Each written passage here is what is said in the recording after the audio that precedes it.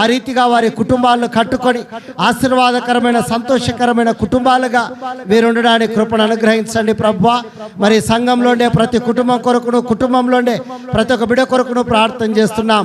అందరినీ దీవించండి, ఆశీర్వదించండి.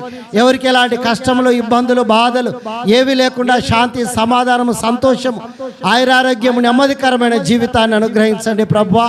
ఇక్కడ నిర్మించబడుతున్న ఆలయాన్ని దీవించి దాన్ని ప్రభువా చక్కగా పూర్తి చేసుకోవడానికి కృపను అనుగ్రహించి అందుకు కావలసిన ఆర్థిక వనరులను అందించండి ప్రభువా. మరి సంఘ పెద్దలను దీవించండి. ఇదిగో వారు చేస్తున్నటువంటి ఆ యొక్క ప్రభువా పనులకును ప్రయాసానికి తగిన ఆశీర్వాదాలు అనుగ్రహించండి. అలాగే ప్రభువా సండే స్కూల్ టీచర్స్ను దీవించండి ప్రభువా. ఇస్తున్న బిడ్డలందరినీ కూడా ఆశీర్వదించి దీవించండి ప్రభువా.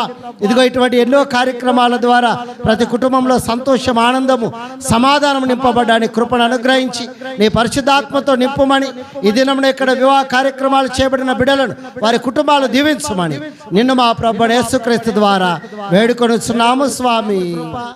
తండ్రి అయిన దేవుని ప్రేమ, పరిశుద్ధాత్మ యొక్క సహవాసము చేరి వచ్చినటువంటి బిడ్డలకును, వివాహ వార్షికోత్సవాలు, వివాహ దినాన్ని జ్ఞాపకం చేసుకుంటున్న బిడ్డలందరికీ, సంఘం అంతటికి సదాకాలము తోడైండును గాక. ఆమేన్.